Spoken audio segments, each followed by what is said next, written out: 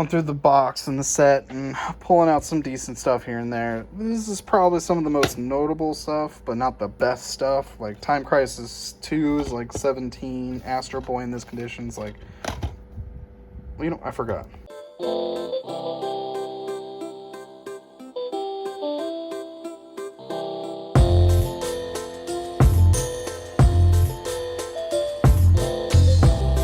$10 for like Need for Speed Underground, Might and Magic, Pro. Bulletproof isn't too much. Like another $10 game. Armageddon, same thing. This one's like in this condition, like a $10 game. A lot of these are like $8 to $10. Scooby-Doo is pretty good. Quake is pretty good. A lot of these are pretty beat up though. Dead to Rights, this one is complete, but it's not too expensive. Same thing as Deadly Alliance. Loose games between like $5 to like $8.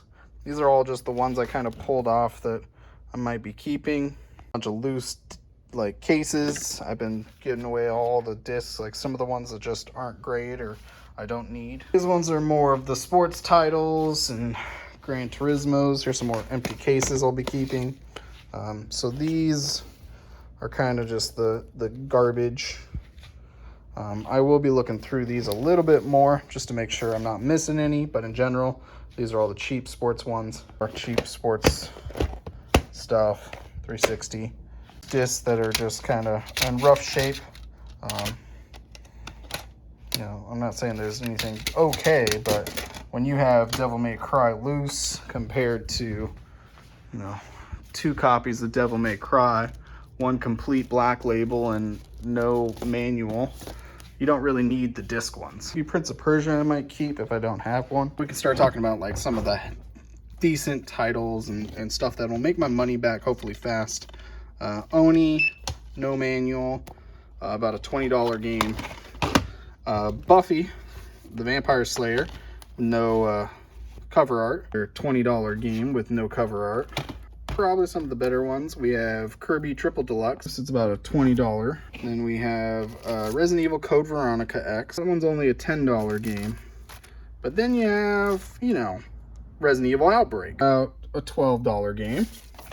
Manhunt 2. No manual, but still complete. It sells for about $60. This one maybe like 55, 50 in the condition it's in. So that's a pretty decent one. That's pretty much all my money I spent back right there. We got Winback, Project Poseidon. About a $30 game right there complete, so that's pretty good. And then, you know, one of the better ones. So look out, Outbreak and Outbreak file number 2 is probably the one you want to keep an eye out for. It's loose, it sells for about $35. It's another $50, $60 game right there complete. Unfortunately, this one's not complete. But disc alone, $30, pretty good.